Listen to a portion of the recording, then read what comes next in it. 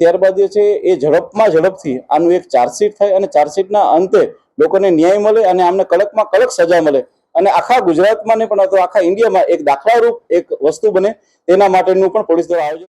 તો ડીસામાં જે ઘટના બની છે એ ઘટનાના જે આરોપીઓ છે એ છેલ્લા 18 વર્ષથી ફટાકડાનો ધંધો કરતા હતા। બંને આરોપીઓએ સામે ઝડપથી ચાર્જશીટ થાય તે માટેની કાર્યવાહી પોલીસ દ્વારા કરવામાં આવશે અને હાલમાં માનવ વધ અપરાધનો ગુનો દાખલ કરવામાં આવ્યો છે। આરોપીના સાસરી પક્ષ સાબરકાંઠા થાય છે, ત્યાં પણ તેમના ગોડાઉન છે। કોર્ટમાં રજૂ કરી રિમાન્ડ મેળવવામાં આવશે। જે કેમિકલ મળ્યું છે તેના માટે નિષ્ણાતની સલાહ લેવામાં આવી છે। પોલીસ અધિક્ષક અક્ષયરાજ મકવાણાએ આજે પત્રકાર પ્રેસ યોજી હતી અને સંપૂર્ણ માહિતી આપી હતી કે આ જે બંને આરોપીઓ છે છેલ્લા 18 વર્ષથી ફટાકડાનો ધંધો કરતા હતા। હાલમાં જે 21 લોકો જેવી રીતે જીવતા આગમાં હોમાયા છે તે એમના ફટાકડાની ફેક્ટરીમાં કામ કરતા હતા, જેને લઈને આ લોકો ઉપર હાલમાં માનવ વધ અપરાધનો ગુનો દાખલ કરવામાં આવ્યો છે અને એક દાખલો બેસાડવામાં આવશે, એવી તો સજા કરવામાં આવશે।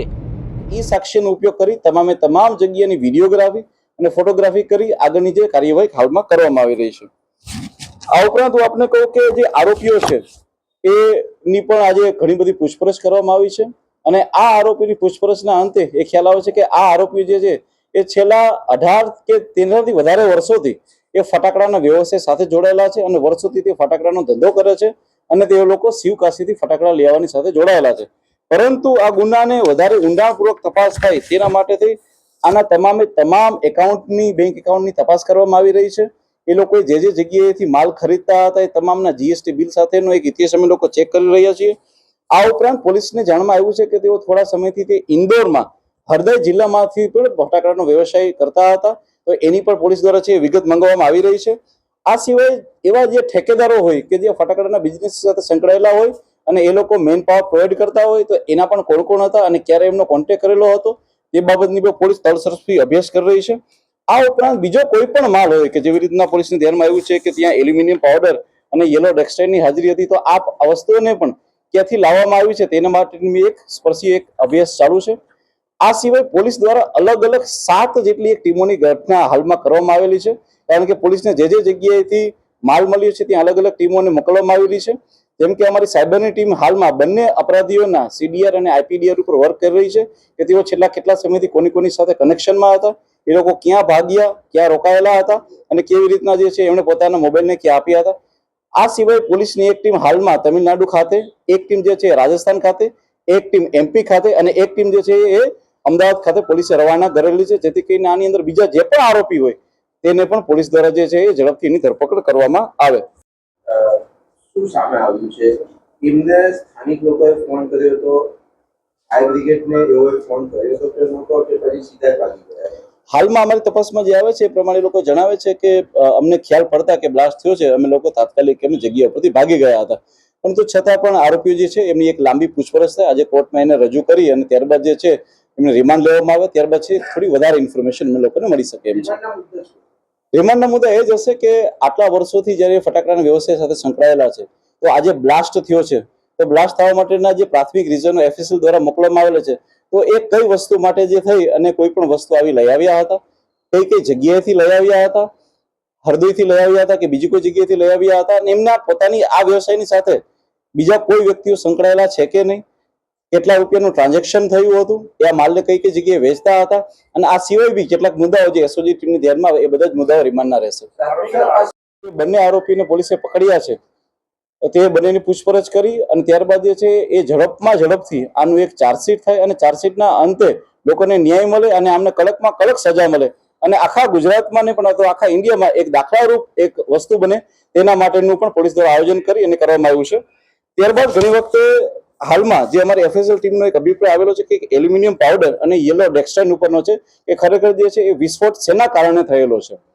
હું આપ લોકોને જણાવું કે પોલીસ દ્વારા જે છે એ એફએસએલ પાસેથી જે પ્રાથમિક જે કારણ આવ્યું છે એ આવ્યું છે એલ્યુમિનિયમ પાવડર। એલ્યુમિનિયમ પાવડર જે છે એ બેઝિકલી એ ઓપન માર્કેટમાં એ વેચાય છે અને કોઈ પણ વ્યક્તિ એલ્યુમિનિયમ પાવડરને ખરીદી શકે છે અને વેચી બી શકે છે, પરંતુ એલ્યુમિનિયમ પાવડર જે છે એ ફ્લેમેબલ મટીરિયલમાં આવે છે અને તે જે છે એ પરંતુ એ નોન એક્સપ્લોઝિવ મટીરિયલ છે, એટલે કે તેમાં એક્સપ્લોઝિવની શક્યતા નથી. એના કારણે થઈને કોઈ પણ વ્યક્તિ તેને વેચાણ કરી શકે છે. પરંતુ એલ્યુમિનિયમ પાવડર જે છે એ જ્યારે સળગે છે ત્યારે ખૂબ મોટી માત્રામાં એનર્જી પ્રોડ્યુસ કરે છે. જો એ ખુલ્લામાં સળગાવવામાં આવે છે તો તે ખુલ્લામાં સળગી અને આથમી જાય છે, પરંતુ જો બંધ કમરામાં હોય જે એને પૂરતી જગ્યા ન મળે તો એના કારણે થઈને બ્લાસ્ટ થવાની શક્યતા રહેતી હોય છે. આ અમારું એક પ્રાથમિક તારણ છે. એલ્યુમિનિયમ પાવડરના જે ઉપયોગો જે હોય છે તે માત્ર ફટાકડામાં નહીં, પરંતુ એ મેટલ ઉદ્યોગમાં ખાસ કરીને પેઇન્ટમાં અને કોટિંગ માટે પણ વપરાતો હોય છે. તેના માટે થઈ અને ખુલ્લા બજારમાં વેચાણ થાય છે. જે યલો ડેક્સટાઇન છે બેઝિકલી જે છે એક યલો કલર માટેનું હોય છે, એવું હાલમાં FSL દ્વારા જણાવવામાં આવી રહ્યું છે.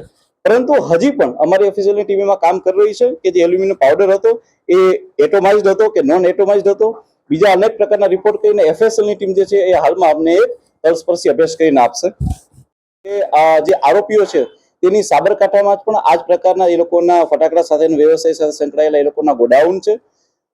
એ લોકોને શાસ્ત્રીય પક્ષ પણ ત્યાં થાય છે અને સાથે સાથે આ લોકો જે છે એ ભાગ્યા છે ત્યારે કેટલાક લોકોનો સંપર્ક કરેલો હતો. પોલીસે આ 2 આરોપી સિવાય બીજા 4 જેટલા આરોપીઓને હાલમાં પૂછપરછ માટે પોતાની પાસે અહીંયા રાખ્યા છે કે જેમાં એ લોકોને ભગાડવામાં એમની સાથે હતા અને કેટલાક લોકો જે છે એમના મોબાઈલ ડિસ્ટ્રોય કરવામાં એમની સાથે હતા અને સાથે સાથે આમનું જે એકાઉન્ટ સંભાળી રહ્યા હતા, એટલે કે જે એકાઉન્ટના જે એમના અધિકારીઓ હતા એ સાથે છે, એમનું GST નું સંભાળી વાળા CA ના અધિકારીઓ હતા એ પણ એમની અમારી સાથે છે. એ બધાને પણ અહીંયા લેવામાં આવ્યા છે અને આ લોકો જે છે એ બંને આરોપીઓ એ હાલમાં ઈડરથી થઈ અને એ લોકો ઇન્દોર તરફ ભાગવાના પ્રયાસમાં હતા અને મીનવેલ પોલીસે છે એમને પકડી લીધેલા છે.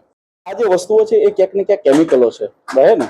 તો અહીંયા જે પોલિટેકનિક કોલેજો છે, એન્જિનિયરિંગ કોલેજો છે કે જેમાં ટેકનિકલ સ્ટાફ જે હોય છે, ખાસ કરીને કેમિકલના પ્રોફેસરો હોય, જો એને બોલાવવામાં આવે તો પોતાના નોલેજનો ઉપયોગ કરીને બી પોલીસને કંઈક જણાવી શકે.